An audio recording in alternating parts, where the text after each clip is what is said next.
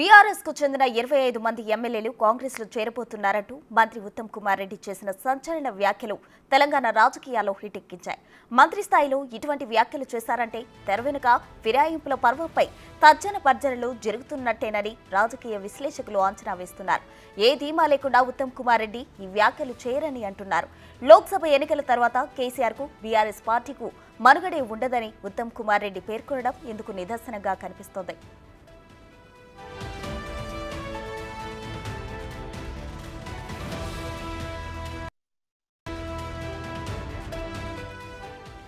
గతంలో 104 మంది ఎమ్మెల్యేలున్న BRS party KCR పొగరు అహంకార్ వల్లనే నేడు 39 మందికి పడిపోయిందని ఉత్తమ్ కుమార్ రెడ్డి వ్యాఖ్యానించడం కేసీఆర్ పోకడ్ను తెలియజేస్తుంది.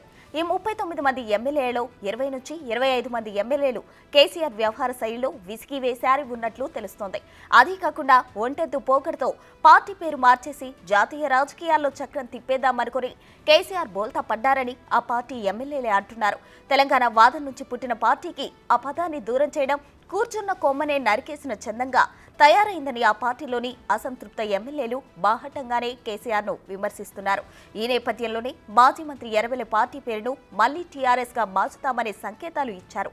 బీఆర్ఎస్ హయాంలో సాగిన ఫోన్ ట్యాపింగ్ వ్యవహారం కూడా ఆ పార్టీ పతనానికి ప్రధాన కారణంగా పరిణమించింది.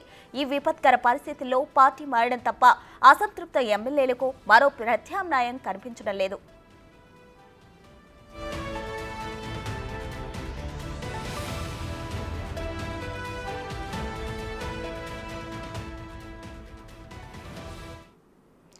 ఓవరాల్ ఇష్యూకు సంబంధించి మరింత సమాచారం మా ప్రతినిధి సైదులు అందించడానికి సిద్ధంగా ఉన్నారు. సైదులు చెప్పండి, అయితే ప్రస్తుతం ఉత్తమ్ కుమార్ రెడ్డి చేసిన వ్యాఖ్యలు సంచలనంగా మారినట్లు కనిపిస్తుంది. ఏంటి అప్డేట్స్?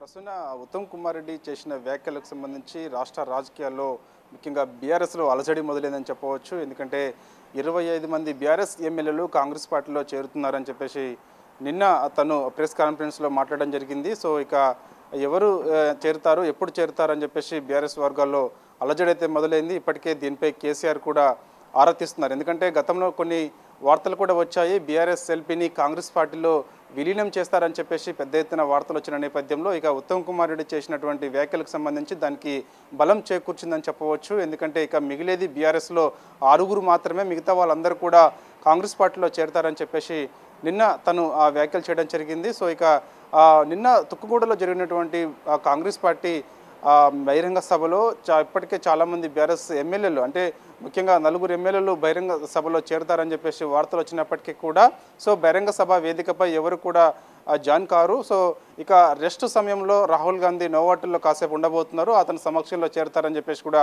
వార్తలు వచ్చాయి. కానీ ఎవరు కూడా ఇటు నోవాటల్లో కానీ ఇటు బహిరంగ సభ వేదిక పైన కానీ బీఆర్ఎస్ పార్టీ ఎమ్మెల్యేలు కాంగ్రెస్ పార్టీలో జాయిన్ కాలేదు. భద్రాచలం నుంచి గెలిచినటువంటి BRS party MLA Tellam Venkatrao ఒక్కరే బహిరంగ సభ వేదికపై ప్రత్యక్షమయ్యారు. సో ఇక తను కండువ కప్పుకున్నప్పటికీ కూడా తను ఇక కాంగ్రెస్లోనే ఉంటున్నట్టుగా కూడా జరుగుతుంది. దానిలో భాగంగా భద్రాచలం నుంచి ఒక కమిటీ ఏర్పాటు చేశారు బీఆర్ఎస్, అందులో తనకి ప్రాతినిధ్యం కూడా ఇటు బీఆర్ఎస్ కల్పించలేదు. సో తనకి దాదాపుగా ఖరారైనట్టే.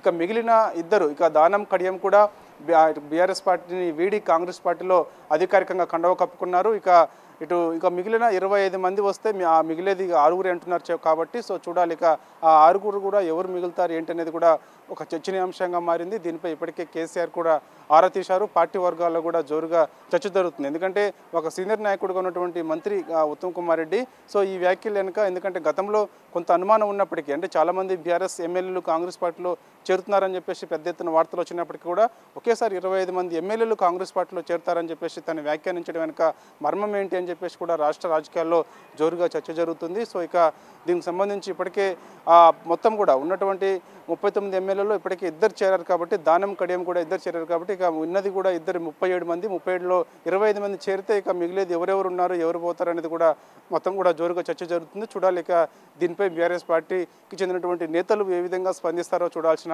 అంశం. ఇక పార్లమెంటు ఎన్నికల దృష్టిలో పెట్టుకొని ఇటు బీఆర్ఎస్ పార్టీ కూడా చాలా ఎన్నికలను ఎంతో సీరియస్గా తీసుకొని ముందుకెళ్లాలని చెప్పేసి భావిస్తున్నప్పటికీ కూడా ఇక దీనిపై ఎక్కువగా పెద్దగా ఫోకస్ అంటే చేయనప్పటికీ ముఖ్యంగా రాష్ట్ర సమస్యలపైనే కేసీఆర్ ఎక్కువగా ఫోకస్ చేస్తున్నట్టు తెలుస్తుంది.